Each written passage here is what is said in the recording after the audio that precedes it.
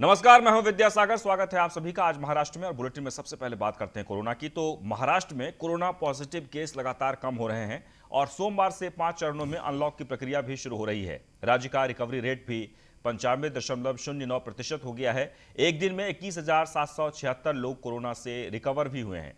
अगर मृत्यु दर की बात करें तो उसमें भी गिरावट दर्ज की गई है। फिलहाल मृत्यु दर 71% है और शनिवार को कोरोना से 300 लोगों की मौत हुई है। मुंबई में कोरोना को लेकर राहत के कई संकेत सामने आए हैं। शनिवार को नए पॉजिटिव केस में ठीक ठाक कमी दर्ज की गई है।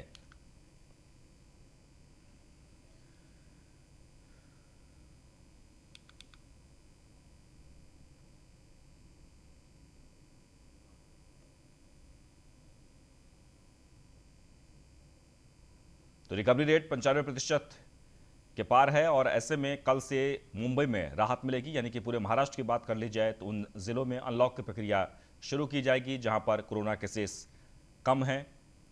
कोरोना मामलों में लगातार गिरावट देखने को मिल रही है और ऐसे में महाराष्ट्र के लोगों में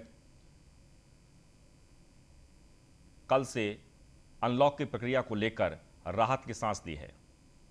तो रिकवरी रेट 95% के पार है। एक बार आपको फिर से बता दें कि महाराष्ट्र में सबसे ज्यादा कोरोना केसेस आ रहे थे, लेकिन फिलहाल कोरोना केसेस में गिरावट देखने को मिल रही है। लेकिन पिछले 24 घंटा में अभी भी 300 लोगों की मौत हो गई है। हालांकि मौत का जो आंकड़ा है उसमें भी गिरावट देखने को मिल रहा है और अब महाराष्ट्र सरकार की तरफ से यह फैसला लिया जा रहा है कि कल से यानी कि सोमवार से थोड़ी सी राहत जरूर दी जाएगी महाराष्ट्र को। तो मुंबई में लोकल ट्रेन सेवा आम यात्रियों के लिए फिलहाल बंद रहेगी। सिर्फ जरूरी सेवाओं से जुड़े कर्मचारियों को ही लोकल में प्रवेश करने की अनुमति है। पत्रकारों को संबोधित करते हुए मुंबई की मेयर किशोरी पेडनेकर ने यह जानकारी दी है। सोमवार से 5 चरणों में महाराष्ट्र में अनलॉक की प्रक्रिया शुरू हो रही है। मेयर किशोरी पेडनेकर ने कहा कि मुंबई लोकल सामान्य लोगों के लिए फिलहाल बंद ही रहेगी। वहीं दुकानें, सैलून, स्पा 50% क्षमता के साथ शुरू होंगे। मॉल, थिएटर, सिनेमा घर पर फिलहाल रोक रहेगी।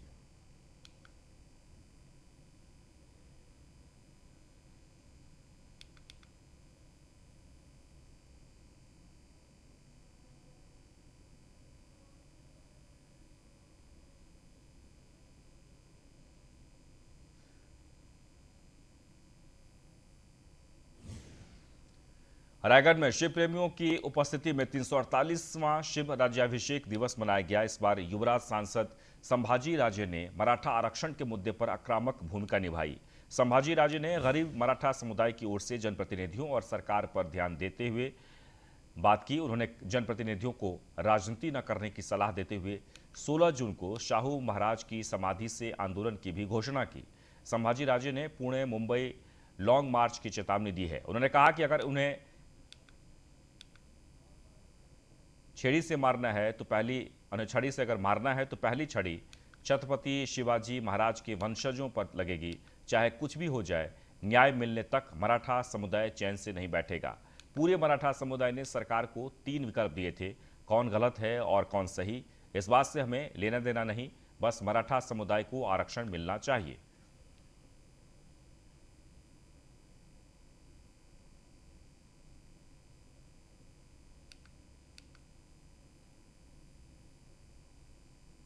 साल 6 जून शिवराज्याभिषेक महोत्सव रायगढ़ फोर्ट पे बड़े पैमाने में मनाया जाता है। पूरे राज्य से, काने कोने से शिवप्रेमी बड़े पैमाने में यहाँ पे उपस्थिति उनकी रहती है। लेकिन 2 साल कोविड का संकट है। कोविड संकट में कुछ प्रादुर्भाव ना हो, इसके लिए प्रशासन ने और राज्य सरकार ने लोगों को भीड़ कम करने के सूचनाएं दी थी, अपील की थी। छत्रपति खासदार संभाजी राजे ने मराठा आरक्षण को लेकर 6 जून शिवराज्याभिषेक रायगढ़ फोर्ट पे अपनी भूमिका रखने वाले थे, इसलिए सबका जो ध्यान था उनके भूमिका पर था और यहाँ पे कुछ अनुचित प्रकार ना हो, इसके लिए रायगढ़ जिले के पुलिस अधीक्षक अशोक दुधे इनके मार्गदर्शन में जगह जगह पर बड़ा पुलिस बंदोबस्त लगाया नजर आया। न्यूज़ 1 इंडिया के लिए धम्मशील साहब। वह छत्रपति शिवाजी महाराज के राज्याभिषेक दिवस के अवसर पर सिंधुदुर्ग जिले में चित्रकार अल्पेश घारे की तरफ से छत्रपति शिवाजी महाराज की रंगोली बनाई गई। शिवाजी महाराज की रंगोली समुद्र तट के रेत और अलग अलग रंगों की रंगोली का उपयोग करके बनाई गई है। बता दें कि ये रंगोली 25 फीट व्यास के घेरे में बनाई गई है।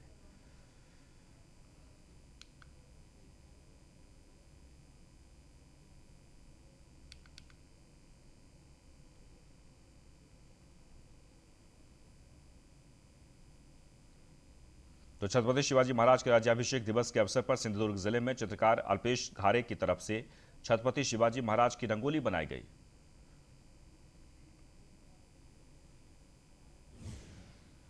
वर्धा सेवाग्राम मार्ग पर स्थित सेंट्रल बैंक शाखा में मानव सुसाइड बॉम्ब बनकर आए एक युवक को पुलिस ने गिरफ्तार कर लिया है। योगेश कुबड़े नामक युवक बैंक में घुसकर चपरासी के जरिए मैनेजर को चिट्ठी भेजकर 55 लाख रुपए की मांग की और रुपये नहीं देने पर सबको उड़ा देने की धमकी दी। सेवाग्राम पुलिस स्टेशन में इसकी जानकारी दी गई। मौके पर पहुंची पुलिस युवक को हिरासत में लिया। उसके पास से नकली सुसाइड बॉम्ब, नकली पिस्टल पुलिस ने जब्त कर लिया है। युवक ने पुलिस को बताया कि आर्थिक तंगी से तंग आकर यह काम किए।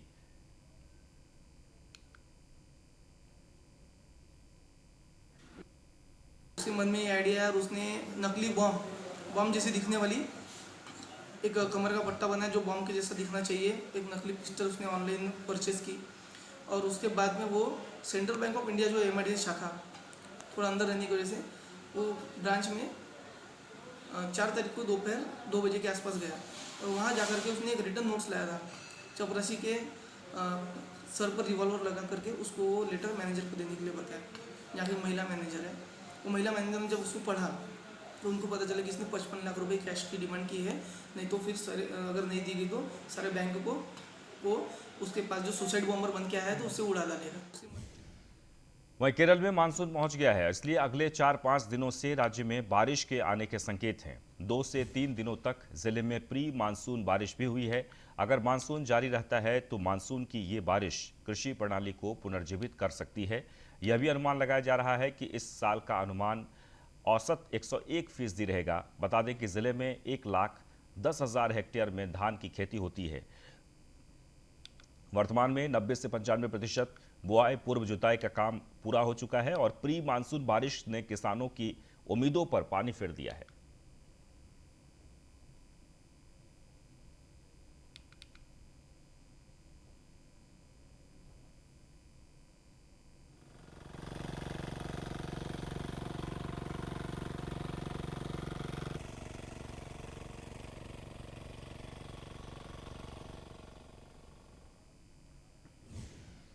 आगे बढ़ते हैं। बदलापुर में गैस रिसाव की घटना के बाद महाराष्ट्र प्रदूषण नियंत्रण बोर्ड के क्षेत्रीय अधिकारी शंकर वाघमारे और उनकी टीम ने MID का दौरा किया। साथ ही नोबेल इंटरमीडिएट्स कंपनी का निरीक्षण भी किया। बता दें कि यह घटना तब की है जब MID स्थित नोबेल इंटरमीडिएट कंपनी में गैस लीकेज हुई थी। मामले में महाराष्ट्र प्रदूषण नियंत्रण बोर्ड ने कंपनी को उत्पादन बंद करने का आदेश दिया है।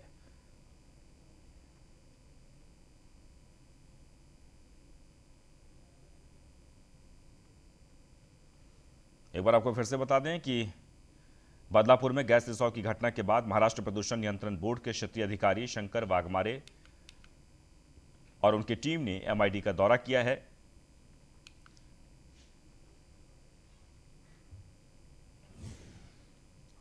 आगे बढ़ते हैं। बुल्ढाना जिले में कोरोना के मामलों में कमी देखी जा रही है, जिसके चलते सरकार और प्रशासन ने शहर की सभी दुकानें सुबह 7 से शाम 4 बजे तक खोलने की अनुमति दे दी है। वहीं प्रशासन के नियम तोड़ने वालों के खिलाफ कड़े जुर्माने का भी ऐलान किया है।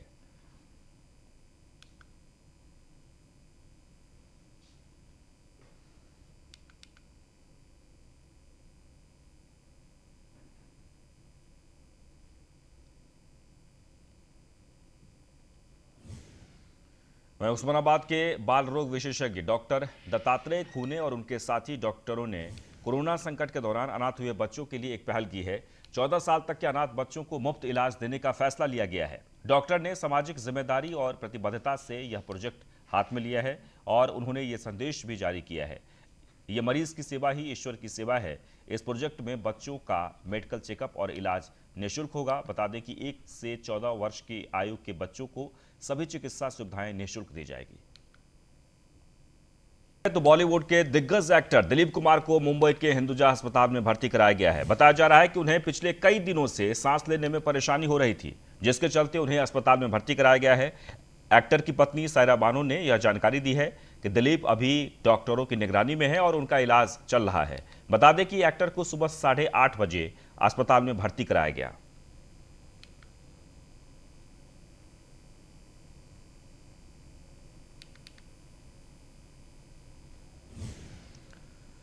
वहीं मुंबई से इंसानियत को शर्मसार करने वाली घटना सामने आई है, जहां 16 साल की नाबालिग लड़की के साथ एक ही रात में 3 अलग अलग जगहों पर रेप और गैंग रेप किया गया। घटना मलाड वेस्ट इलाके की है, जहां बर्थडे पार्टी के नाम पर युवकों ने नाबालिग को घर से बुलाकर उसके साथ घिनौनी वारदात को अंजाम दिया। हालांकि पुलिस ने 4 युवकों को गिरफ्तार कर लिया है, जबकि 2 आरोपियों की तलाश अभी भी जारी है। पुलिस के मुताबिक 31 मई की रात लड़की अपने दोस्त की बर्थडे पार्टी में गई थी। सभी ने मलाड इलाके के एक होटल के बाहर केक काटकर बर्थडे सेलिब्रेट किया और इसी दौरान 2 युवकों ने लड़की को कार के अंदर लिया और उसके साथ गैंगरेप किया। उसके बाद दिल्ली को मलाड लड़की को लगातार अलग अलग जगहों पर ले जाया गया, उसके साथ गैंगरेप होता रहा। यहां भी उसके साथ दोस्त ने रेप किया, फिर उसे दूसरे दोस्त के घर छोड़ दिया गया, जहां फिर उसके साथ रेप हुआ। सभी 6 युवकों की उम्र 18 से 23 साल के बीच है। फिलहाल इसमें 4 लोगों की गिरफ्तारी हो चुकी है।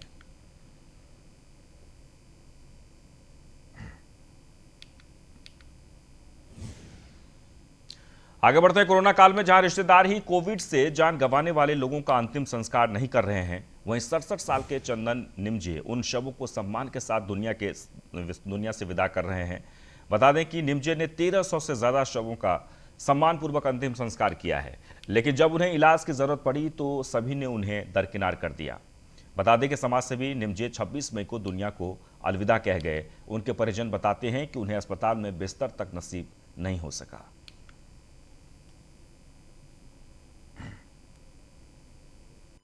तो 2 तारीख को हमने रिपोर्ट चेक किया RT-PC, तो उसमें सब लोग पॉजिटिव आए। उसके बाद फिर हमने तुरंत दूसरे दिन फिर हमने दवाई ली, लेकिन वो दवाई से भी कुछ फ़ायदा नहीं हुआ, तो इसलिए हमने फिर बाद में फिर अगले दिन पिताजी को एडमिट कर दिया हॉस्पिटल में एडमिट कर, और हम लोग भी फिर एडमिट हो गए। एक के बाद पहले मम्मी और मैं हुआ, उसके बाद बुआ और बड़ा भाई हुआ।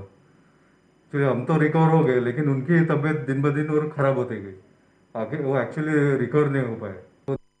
नागपुर में एक बड़ी खबर, जिस तरह से दिल दहलाने वाली खबर है। नागपुर में एक चंदन निमजे करके एक कोरोना वायरस के पुरस्कार से सम्मानित किए थे पिछले साल महापौर जी ने, जो कई कोरोना के कई बॉडियों को, कई ऐसे अनाथ बॉडियों को, उन्होंने 1300 से ज़्यादा बॉडियों को यहाँ पर शमशान घाट में अग्नि दी थी। लेकिन जब अग्नि देने के बाद 1300 से ज़्यादा बॉडियों को जलाने के बाद जब उनको कोरोना हुआ, और उनकी कोरोना होने के बाद में NMC के अधिकारियों को, कलेक्टर को, महापौर जी को, जब उनके परिवार के लोगों ने फ़ोन किया तो किसी प्रकार की मदद ना होते हुए उनको ये कहा गया कि आप जाकर प्राइवेट हॉस्पिटल में भर्ती किया जाए। मैं यहाँ पर देख सकता हूँ कि ये परिवार है उनका, और अभी कल 2 दिन हो चुके हैं जो निमजे जी का, चंदन निमजे जी का यहाँ पर कोरोना से मृत्यु हो गई। जो आदमी ने लगातार अपनी ज़िंदगी को एक स्वयंसेवक, एक समाज सेवक के नाम बनाया था, उस पर 1300 से ज़्यादा बाड़ियाँ जलाने का एक विश्व रिकॉर्ड, एक नागपुर में एक विश्व रिकॉर्ड कायम था। लेकिन उसके ही कोरोना आने के बाद कई अधिकारियों ने उनसे पूछा नहीं,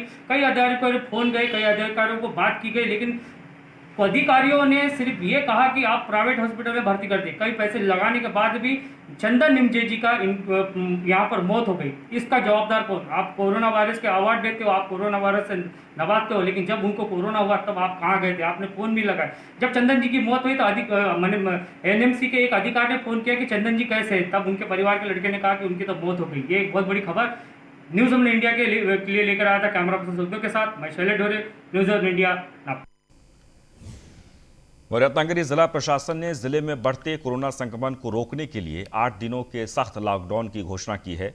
ज्यादातर लोग इन नियमों का पालन करते हुए दिखाई दे रहे हैं, लेकिन कुछ लोग बेवजह बाहर घूमते भी नजर आ रहे हैं, जिनके खिलाफ पुलिस सख्त कार्रवाई कर रही है। पूरे जिले में कुल 801 वाहन जब्त किए गए हैं और उनसे 2,87,700 रुपये जुर्माना भी वसूल किया गया है।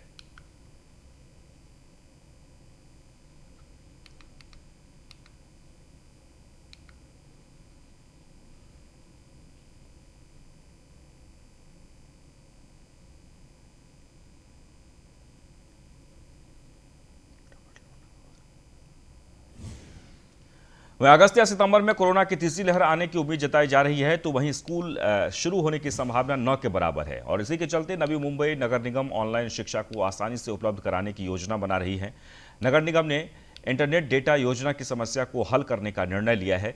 साथ ही स्कूलों में पढ़ने वाले छात्रों को 500 रुपये देने का प्रस्ताव भी बनाया जा रहा है, जिससे उन्हें कम से कम 3 महीने तक इंटरनेट मिल सके। बता दें कि बच्चों के माता पिता के खाते में पैसे जमा करने की योजना सरकार की तरफ से बनाई जा रही है।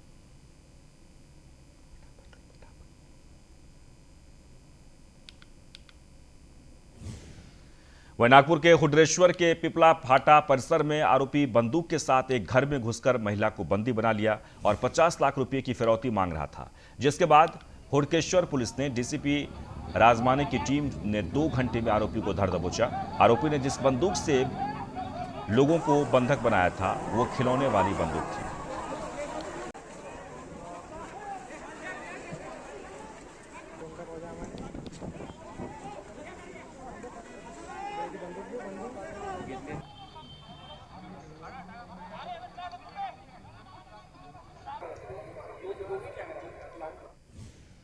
तो राज्य में कोरोना की दूसरी लहर थमती नजर आ रही है। जानकारों के मुताबिक अक्टूबर तक कोरोना की तीसरी लहर आने की संभावना जताई जा रही है और ये लहर बच्चों के लिए घातक बताई जा रही है। और इसी के चलते छोटे बच्चों के स्वास्थ्य को बदलने और उनकी प्रतिरक्षा को बढ़ावा देने के लिए फ्लू शॉट नामक एक टीका भी सामने आया है। हालांकि विशेषज्ञों का कहना है कि अक्टूबर में कोरोना की तीसरी लहर छोटे बच्चों में ज्यादा देखने को मिलेगी और इससे बच्चों की मृत्यु दर में भी बढ़ोतरी होगी।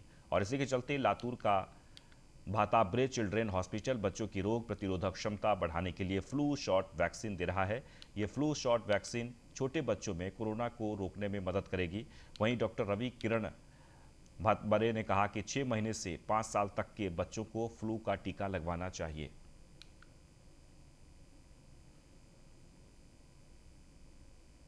बच्चों में जो होने वाला वायरल फीवर है, वायरल जो कोल्ड रेस्पिरेटरी ट्रैक्ट इन्फेक्शन जो है, उससे तो बचाव मिलने वाला है। लेकिन ऐसा देखा गया है कि कोविड के इन्फेक्शन से भी बचा गया है। एक फ्लू शॉट के वैक्सीन देने से बहुत सारे पेशेंट में उससे प्रोटेक्शन मिला है। ज़्यादा सीरियस। आगे बढ़ते हैं। सांगली जिले के सिराला के MIDC क्षेत्र में भारी बारिश के कारण कई कंपनियों के छत के शेड गिर गए, जिसमें 6 लोग घायल हो गए हैं। पिछले 3 दिनों से प्री मानसून बारिश से शिराला तालुकाओं को तहस नहस कर दिया गया है। दोपहर से घने बादल छाए हुए थे और शाम करीब 4 बजे तेज हवा के साथ झमाझम बारिश शुरू हो गई। हवा और बारिश की तीव्रता इतनी तेज थी कि कई कंपनियों की छतें उड़ने लगीं, साथ ही वाहनों को भी भारी नुकसान हो गया है।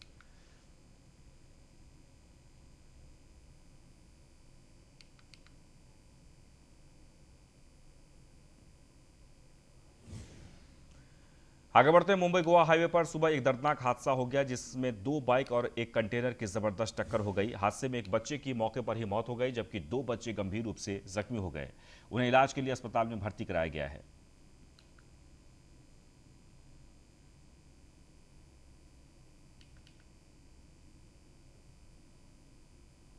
तो मुंबई गोवा हाईवे पर दर्दनाक हादसा हुआ है। तस्वीरों में आप देख सकते हैं, कंटेनर और बाइक में टक्कर हुई, जिसमें एक बच्चे की मौत हो गई, 2 गंभीर रूप से जख्मी हैं। तस्वीरों में आप देख सकते हैं। फिलहाल दोनों को अस्पताल में भर्ती कराया गया है। आगे बढ़ते हैं। वैजापुर में तेज गर्मी के बीच मौसम का मिजाज बदलता हुआ नजर आ रहा है। वैजापुर के कई हिस्सों में दोपहर के वक्त अचानक बादल छाने लगे और ठंडी हवाएं चलने लगी। इसके बाद शाम के समय हल्की बूंदाबांदी भी शुरू हो गई। बरसात के चलते खेतों में पानी भर गया, जिससे किसानों में खुशी की लहर दौड़ रही है। तो वहीं बरसात के चलते तापमान में भी गिरावट दर्ज की गई है, जिससे लोगों को गर्मी से काफ़ी राहत मिल रही है। तहसील के शिऊर, खंडाला, बोरसर जैसे गांव में झमाझम बारिश होने की खबर है। ये उम्मीद भी जताई जा रही है कि आने वाले कुछ दिनों में किसान अपने खेतों में बुआई की शुरुआत कर सकते हैं।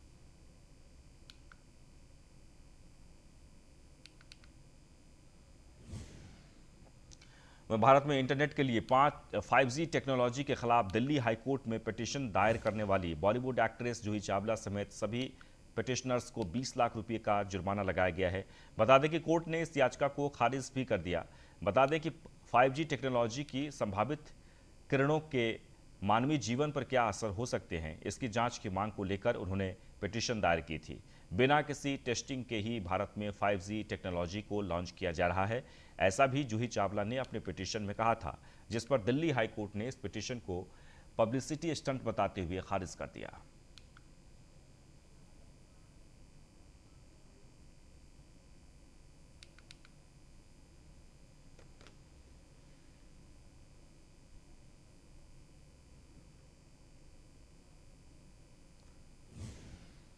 और इसके साथ ही आज महाराष्ट्र में बस इतना ही, लेकिन आप बने रहें न्यूज़ 1 इंडिया के साथ।